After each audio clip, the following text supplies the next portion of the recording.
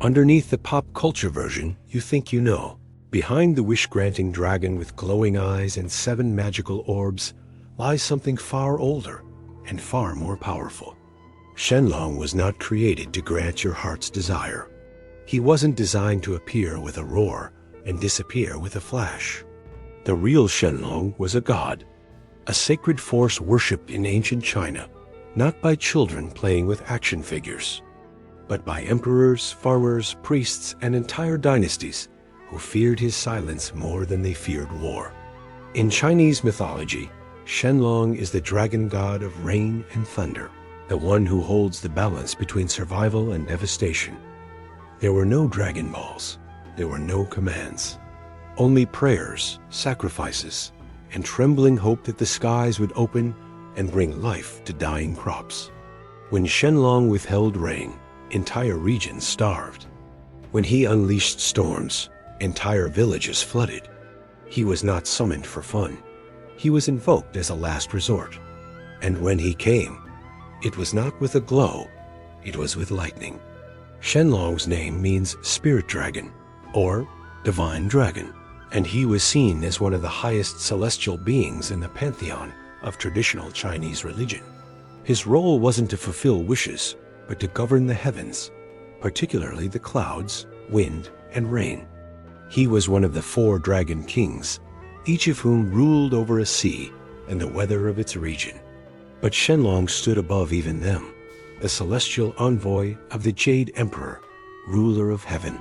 His image was often depicted with a long, sinuous body covered in shimmering blue-green scales, a deer's antlers, an ox's tail, eagle claws, and a lion's mane. This wasn't random design. Every part of his body symbolized power from different animals, combining traits of land, sea, and sky. The composite form reflected his dominion over all elements. His movements were said to cause lightning and thunder. His breath became clouds. His roar brought storms. And yet, his presence wasn't chaotic. Shenlong was a being of balance. Too much rain, and you had floods. Too little, and you had famine. Appeasing Shenlong meant survival. Offending him meant ruin. That's why the emperors of ancient China built entire temples dedicated to his veneration. These were not symbolic shrines. They were active, state-supported religious centers where rituals were performed seasonally to ask for rain. Known as Long Miao, or dragon temples, they were constructed near rivers and important agricultural regions. Inside, incense burned constantly. Offerings of jade, silk, and sacrificial animals were made to appeal to his favor. Priests studied the winds and clouds, interpreting them as signs of Shenlong's will. And if rain did not come when needed, the emperor himself would sometimes lead a fast, humbling himself before the dragon god to show sincerity. The belief was clear. Only when the heavens recognized the virtue of the ruler would Shenlong open the skies. This wasn't mythology as entertainment. This was religion as infrastructure. Weather control wasn't fantasy, it was survival. And Shenlong was at the center of that cosmic system. His role was even institutionalized during the Han and Tang dynasties, where dragon-related ceremonies became part of the imperial calendar. The entire agricultural economy of China was, in essence, built on the shoulders of a god who didn't speak, didn't smile, and certainly didn't grant wishes. Instead, he watched, and when he moved, the earth trembled. To understand the true significance of Shenlong, you have to look beyond the dragon as a symbol and see him as a force of accountability between heaven and earth. In traditional Chinese cosmology, balance was everything. The emperor was considered the son of heaven, his duty being to maintain harmony between the human realm and the divine. Shenlong was one of the primary enforcers of that balance. If the emperor ruled with virtue, Shenlong rewarded the land with stable seasons and abundant rain. But if corruption spread, if the ruler neglected the people or defied the natural order, the dragon could respond with drought, storms, or famine. It was not superstition. It was a system of spiritual governance. This belief created a relationship of fear and reverence between man and dragon, one that influenced policy, architecture, and even military campaigns. When natural disasters struck, they were not blamed on bad luck or random chance.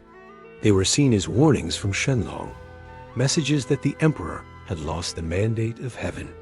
This made the dragon not a passive symbol, but an active participant in Chinese political legitimacy. The responsibility was immense. Whole provinces organized rituals to honor Shenlong and petition for weather. During times of drought, officials might be punished for spiritual negligence, and farmers would gather in dragon temples to perform collective prayers. In more extreme cases, processions would carry dragon images through the fields, drums and chants echoing for miles, hoping the sound would call his presence. When rain did come, it was celebrated not as a meteorological event, but as a divine response. It was believed that Shenlong flew invisibly across the sky, his long body twisting between clouds, his breath thickening into moisture. His eyes became lightning. His claws stirred the wind. Even the rumble of thunder was thought to be his voice, announcing either approval or warning. Unlike dragons of Western mythology, which were often seen as greedy, violent beasts hoarding treasure, the Chinese dragon, especially Shenlong, was a noble and celestial being. He had no interest in gold, no appetite for flesh. He existed on a higher level, embodying moral consequence and universal law, and yet his power was not gentle. When angered, Shenlong could destroy entire regions. Storms would flatten villages. Lightning would ignite forests. Floodwaters would erase entire harvests. In the ancient mind, this was not chaos. It was justice. The dragon reminded humanity that nature was not a servant. It was a partner, one that demanded respect, ceremony, and humility. That is why Shenlong's image was carved into imperial thrones, painted on palace ceilings, and embroidered onto robes worn only by emperors. The five-clawed dragon was reserved for the highest authority, a visual reminder that the wearer bore the burden of harmony with the divine. To misuse that symbol was seen as treason, not just against the state, but against heaven itself. In time, Shenlong became one of the most sacred figures in Chinese mythology, not through mythic battles or dramatic tales, but through silent presence. His story is not told through victory or defeat, but through seasons, through clouds and droughts, through lives saved by rainfall and lives taken by storm. And in that silence lies his power. Shenlong does not speak. He appears, or he doesn't. And that uncertainty is what gave him his reverence. You could not summon him, you could only deserve him. Despite his deep connection to weather, Shenlong was not merely a god of nature. He was also a symbol of transformation, embodying the ever-shifting balance between chaos and order. In Taoist thought, dragons represent movement and fluidity, and Shenlong stood at the pinnacle of this concept. He did not live in the clouds passively. He moved between realms. It was believed that his body could twist through the heavens and earth in a single motion, connecting the human and divine worlds. He had no fixed form in spirit, only in representation. This fluidity made him both everywhere and nowhere, appearing only when the balance demanded it. Shenlong's presence was recorded in art, literature, and sacred texts for thousands of years. Classical poems compared the yearning for rain to the summoning of the dragon. Ancient farmers left handwritten notes at temple altars, pleading for Shenlong's compassion during times of drought. These were not children's stories. They were desperate conversations with the divine. Some texts claim that Shenlong could appear visibly during great storms, his enormous silhouette crackling through the sky, his roar hidden beneath thunder. Such sightings were interpreted not as omens, but as interventions. The belief was that Shenlong did not simply watch, but responded to moral decline and natural imbalance with real action. His existence was cyclical, like the seasons. He represented the constant interplay of blessing and consequence. And while he was part of a larger celestial structure, answering to the Jade Emperor, and existing alongside other heavenly dragons, his unique tie to humanity made him one of the most deeply revered. Among the 4 dragon kings, each assigned to a cardinal sea, Shenlong was the only one directly connected to the skies and rainfall. The others, Ao Guang of the East Sea, Ao Qin of the South Sea, Ao Shun of the North, and Ao Run of the West, each governed their domain. But Shenlong was seen as the messenger, the executor of heaven's will. It was Shenlong who carried the rain from ocean to field, from mountain to village. This role placed him in an intimate relationship with the common people. While the other dragons were respected, Shenlong was loved and feared. Temples in his name were found not only in capital cities, but in rural areas, carved into hillsides and built beside rivers, where farmers could leave incense and food offerings. These places became gathering points, especially during planting and harvest seasons, where entire communities would pray for good weather, knowing that their future depended on his favor. During the Ming and Qing dynasties, the rituals became even more elaborate. Offerings were formalized, with steps taken to purify the space, align spiritual energy, and avoid offending the dragon. Musicians played flutes and drums meant to mimic thunder. Flags bearing Shenlong's symbol were raised to catch the wind. Some ceremonies required the priest to dress as a dragon, invoking the spirit through mimicry and sacred motion. If rain followed, it was seen not just as success, but as proof of divine response. If it didn't, the community might fast, apologize, and return again with greater sincerity. Shenlong was never predictable. He was not transactional. He could not be bargained with, only honored. That mystery gave him power. Even in death, it was believed the soul's journey might pass through a place governed by dragons, like Shenlong. Though not tied directly to Du, the realm of the dead, dragons were seen as guardians of cosmic law.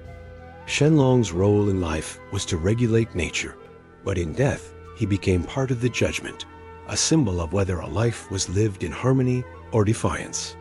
In that sense, his image hovered not only over harvests, but over memory, over legacy, over truth. He was a god without servants, a protector without mercy, a dragon who never blinked. When the empire forgot its place beneath the heavens, Shenlong reminded them, no throne, no soldier, no wall of stone could protect against his silence. The skies would withhold their rain. The soil would crack. Rivers would shrink to bone. It was not punishment. It was balance. Shenlong did not strike in anger. He simply vanished. And that absence, more than any storm, brought entire kingdoms to their knees. They returned to his temples with bowed heads and bare feet, offerings held in trembling hands, not because they feared death, but because they had remembered who held the breath of the sky. He had no need to speak. His answer was always visible. When clouds gathered and the scent of rain returned to the wind, people would drop to their knees before the first drop ever touched the earth. They knew it was him, the dragon that coils above the clouds and listens when all else fails. Shenlong had no rivals. Not among beasts, not among men, not even among the other dragon kings who ruled the seas. While they watched over oceans, Shenlong commanded the space between earth and heaven. And in that space, every soul walked beneath his shadow. Even in times of peace, his name was spoken in whispers before the planting season. Families knelt in front of river shrines, placing fruits and incense beside carved stone altars, asking not for riches or miracles, but for balance, for the right amount of rain, for the mercy of moderation. In schools of martial discipline, his name was etched into the scrolls that taught not combat, but control. Monks meditated on his stillness. Warriors trained in movements that imitated the arcs of his flight. Shenlong was not merely a god of weather. He was the shape of restraint, a force that acted only when needed, never in excess. Even the emperors, who wore dragons on their robes, and sat beneath ceilings painted with his coils, knew they were not his masters. They ruled at his mercy. And when they forgot that truth, the drought came. The winds changed, the floods rose, and the dragon remained silent. There are stories of lone travelers who saw him in the distance during great storms, his form twisting between clouds, his eyes glowing like fire behind veils of rain. These sightings were not taken lightly. A single glimpse of Shenlong could shift the course of a village or a dynasty. He did not appear to be admired. He appeared when the world needed to remember that power is not control. Power is consequence. Shenlong still moves, not in the form that once split the skies, but in the quiet before a monsoon, in the scent of air that changes without reason, in the silence before thunder speaks. His name may be written in stories now, his temples worn by time, but his presence has never faded. When people look up during a storm and wonder if the clouds are watching, they are not wrong. Shenlong never stopped listening